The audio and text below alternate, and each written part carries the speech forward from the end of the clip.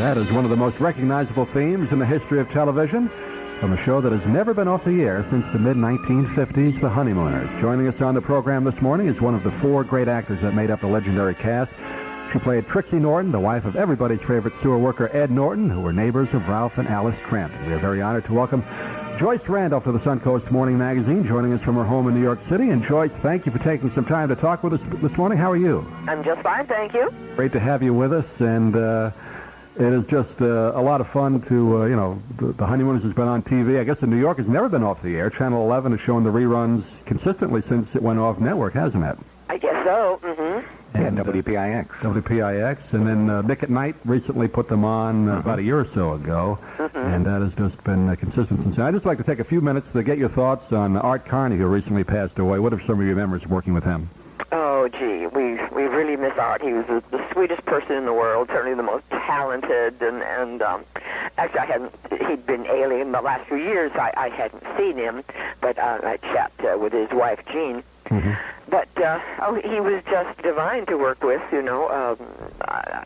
we had some scenes together. I think he had more of them, of course, with Jackie, and they worked beautifully together. They were like Laurel and Hardy, better than Laurel and Hardy. Yeah. Once in a great while at rehearsal, they would play Laurel and Hardy, and they could really do it. I know on one of the shows, the so-called Lost episodes, they did actually a Laurel and Hardy act, where they put on the costume and did the pie throwing. It was great. Yes, they did. Mm-hmm.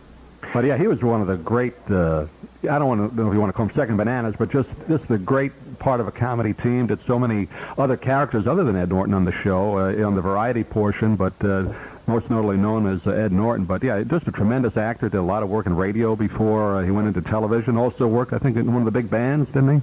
Yes, Well, I don't think he played an instrument. I think it was a variety show with the band. Right. And he did voices, and he could do anything. He could play the piano, although he didn't do it in the band. That's right. He did of course, he played the piano on the show as Ed Norton. Always had to do that warm-up. Oh, yeah. Absolutely.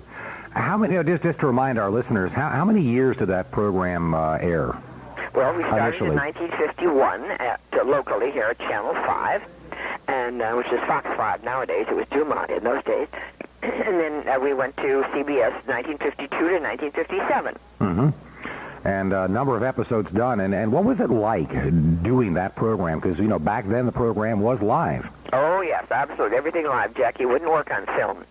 And he didn't rehearse very much. We really just saw him on Saturdays, the day of the show, and which was pretty scary to rehearse just once or twice with Jackie. But to keep our sanity, we all ran up to Audrey's dressing room, and her manager, Val Irving, read Jackie's words, and we'd go over and over the script with, we'd all do our parts, and he'd do Jackie, and that helped us get through it at 8 o'clock at night. Mm-hmm. Did Jackie actually use the same words you were rehearsing by? Mostly, but not always. But, I mean, the chemistry on that program is phenomenal to watch it, and to think that was actually recorded live for what we're seeing in the reruns now is just amazing. I know, it phenomenal. Is amazing. Mm-hmm. I don't think you even get the quality of that in many of the well-produced and all the highly technically done programs today as you did then. There was real talent and chemistry in that program. Yeah, I think Jackie picked the right 4 people, the right 3 people to work with. And it transcends even to today, all these decades later, as excellent television. Now, you actually appeared on one of the Dumont shows in another role, didn't you, Joyce? And then I used to work at Dumont. Yeah, I was known as the most murdered girl in television. Is that right? Yeah. They had several of the half-hour murder mysteries. They had Rocky King, and they had Plainclothesmen and Famous Jury Trials, and I did all of those. Mm-hmm. What was live television like, though? I mean, we talked briefly about the Jackie Gleason show, but all the shows were live back then. Yeah, everything was live. You just flying by the seat of your pants. It was really pretty crazy. Do you have any, most memorable moments on the show that, maybe not a mess-up, but just something that was different being on live TV? Well, little things would go wrong, and Jackie had told us in advance if something did, just ad-lib in character. And I guess people did. Audrey and I often had little scenes, to start the show, and then I would leave. Sometimes I wasn't in the rest of the show. I just had, the opening stuff with Audrey. So she and I didn't mess up. We stuck right with the script. We knew what we were doing. I know one of the kind of sad part of one of the things that went wrong, actually, Jackie Gleason broke his leg in the show one time, didn't he? Yes, I wasn't on the show that night, so I didn't see that firsthand, but he slipped and fell and slid right into something else, and it was broken. Mm-hmm. Yeah, and I think Art Carney had to finish up the show, and it was actually happening in one of the sketches, so that was not a good thing to happen on live TV. I don't know how they finished that. I really don't. Didn't that program actually start as a skit on another program, the whole concept of the Honeymooners? Well, Jackie and the writers thought of it, but it certainly, excuse me, it was a little bit patterned after the Bickersons, which was on radio with Don Amici and Francis Langford. Mm-hmm. And they fought constantly in a very amusing way. So the germ of the idea was the Bickersons, I believe. Mm-hmm. And the writers, let's see, we had, trying to think who the very first writers were, Walter Stone and Marvin Marks, and the head writer. His name slips my mind, the head writer. Was there a Jack Hurdle? I know the name. Well, Jack Hurdle was a producer. Producer, yeah. Jack is right. He was a close friend of Jackie's, and he was a producer for years. Mm-hmm. And the program is probably in countless languages today. Well, yes. I think they're stealing it in lots of countries. Our union, AFTRA, which is the American Federation of Television and Radio Artists, doesn't have money to police all these countries, so they just take it, I do believe. So it is viewed worldwide, and of course at Nick at Night here in the United States. Mm-hmm. Yeah, Nick at Night, TV Land. Yes, it's wonderful. Talk a little bit about Audrey Meadows, your friendship with her. She was another great actress in early television. Audrey was just great. She was just wonderful, and passed away much too soon. And of course we were friendly. I wouldn't say we were bosom buddies. She had her friends, I had my friends, but we were always very friendly. And of course she moved to the West Coast, what year did she move to the West Coast? So she really wasn't in New York all that much. Yeah, you and her did not do the Miami show, is that right? No, that was Sheila McRae and Jane Keane, and that was the Honeymooners in color. It was musical Honeymooners. Mm-hmm. And then you did a couple of specials that they brought back in the 70s, isn't that right? The Valentine? No, I didn't do any of the specials, which is rather a sore point. Sorry. Jane Keane, who was the secondary Trixie, was a very close friend from way back with Jackie. And he just put her on the specials, and it was commented on in newspapers and things that wasn't quite right, that he had Audrey, he should have had me, sure. But he had Jane, and there were several specials done that way. Mm-hmm. What did you find yourself doing after you finished up on the Honeymooners Well, by then I was married, and I was, busy being a wife, and then in 1960 I had my only son, and I wanted to stay home and raise him. I didn't want him raised by nannies. Mm-hmm.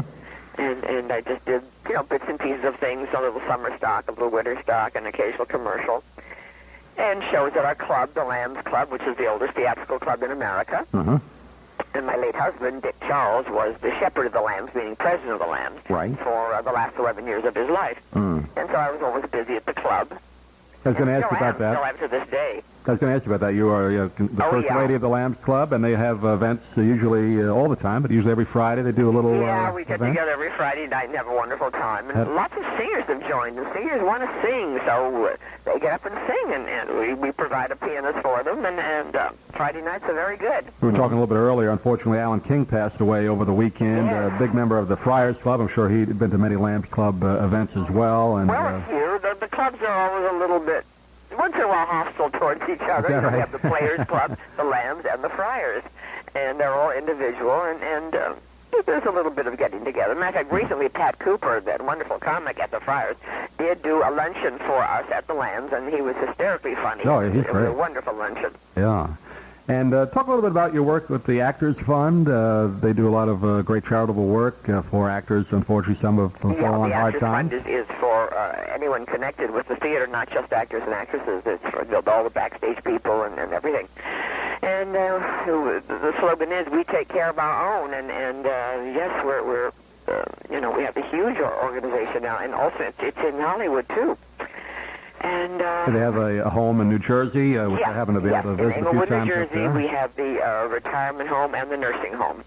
And they have a very high rating in New Jersey, and it's a wonderful place for old thespians to go when they have nowhere else, and they're taken very good care of out there. And people out there, if they're interested in looking more into that, this being a great arts entertainment community down here, actorsfund.org, I believe, is the website, so you can go on and look at that. And Now, you were involved with the USO at one point, am I correct? Yeah, a little bit. Sure. Just a little bit. Yeah, I'm on the board. I don't do all that much, but I'm on the board and attend the meetings, and we have a wonderful luncheon coming up next month at the Pierre Hotel, and that's always very well attended. And I don't know who we're honoring at this luncheon. Usually it's a business lady and perhaps an actress too, rather than just one person. We do two people now because it's the business lady who brings in a lot of friends and a lot of business associates buying tickets. Mm-hmm. Well, you were named Woman of the Year for the USO, as I recall, what, in 1993? Yes. 1993? Yes, it was. Thank you. I was Woman of the Year, and we had all the lambs showed up. They bought tickets, so I did sell tickets. They tell me some actresses don't sell tickets. A couple of questions we were trying to put together here as we are kind of winding down. One question that kind of comes to mind, you've done both live theater and live television, and what is your personal preference between the two, and maybe what are some of the big differences between the two? Well, in live theater, you've learned to project, and of course nowadays, we were just discussing this in the theater the other day, everybody is mic'd, Right. They have little mics stuck to their hair, to their body, and they don't have to project anymore. And once all the stuff went out and they had to project it, half of them couldn't. They'd never learned because they've been used to being mic'd, but it wasn't like that when I started out. We projected to the last row of the balcony. And then you don't have to do that in television because there were mics over your head. And when we did the Honeymooners, the mics were over our head. We were not bodily mic'd.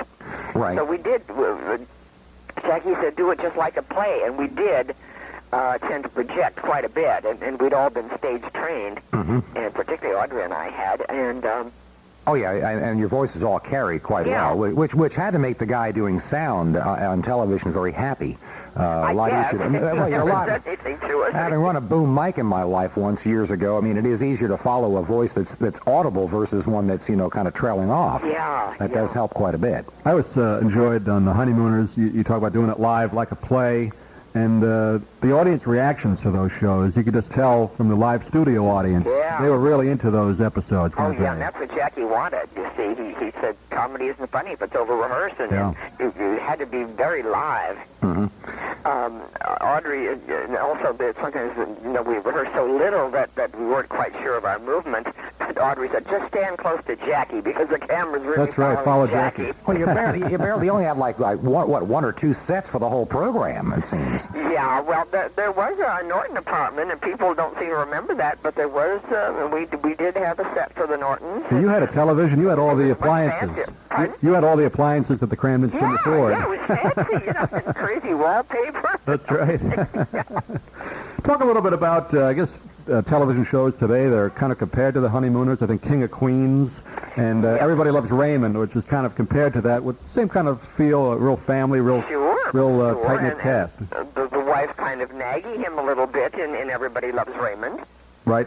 About 2 years ago, I met the whole cast of Everybody Loves Raymond. They were here in New York at the Museum of Television and Radio, and they were having a seminar, so I just took myself over there because I'm a member there anyway. Yeah. I give money, and I'm a member. Great place and at the end, I went up and introduced myself to the young producer. Well, he just hugging and kissing and then introducing me to the others, and they were saying it's because of you guys that we're here. Yeah. And I didn't quite realize that, until they said that, and I said, well, of course, it is a bit of a takeoff. It really is. It's a family that, bickers, but they still, they still all love each other at the end, which the Honeymooners always ended on a happy or at least a poignant note, didn't it? And then, of course, Carol O'Connor and his show, All in the Family, was a takeoff in a very rough way. Yeah, a little different. A little different. Carol O'Connor came to Jackie before everyone on and discussed it, showed him the script, and Jackie said, go for it. So he did want Jackie's permission. Yeah, there's a lot of Ralph Cramden and Archie Bunker, isn't there? Yeah. The style, the way he kind of argued and yelled, it was great. Excellent program, and it has endured the decades, no doubt about it. And we are so glad to have as our guest on phone this morning, Joyce Randolph. And you're one of the few people that I know that are from the New York area that has been in stage and theater and television that hasn't found their way to live down here in Sarasota somehow. Right. I mean, we have a number of them down here, which is handy. But I see you choose to remain up in the Big Apple. Yes. Well, my husband's business was here, my late husband, and I just love New York. When I grew up in Detroit, I always wanted to be in New York. And I visited Florida, and it just doesn't seem to be the place for me. And I have a wonderful apartment here, and my son has a wonderful loft here, and he has a good job. He's head of marketing for the Rodale Press. Mm-hmm. And I just have so many things here that I just couldn't leave them, Well, you could always find a week or two and enjoy the winters here. Joyce, we appreciate you joining us today. Thank you, and hopefully we'll have you back sometime in the near future, and enjoyed your time with us this morning, and hope to have you on sometime fairly soon. Thank you. Fairly soon.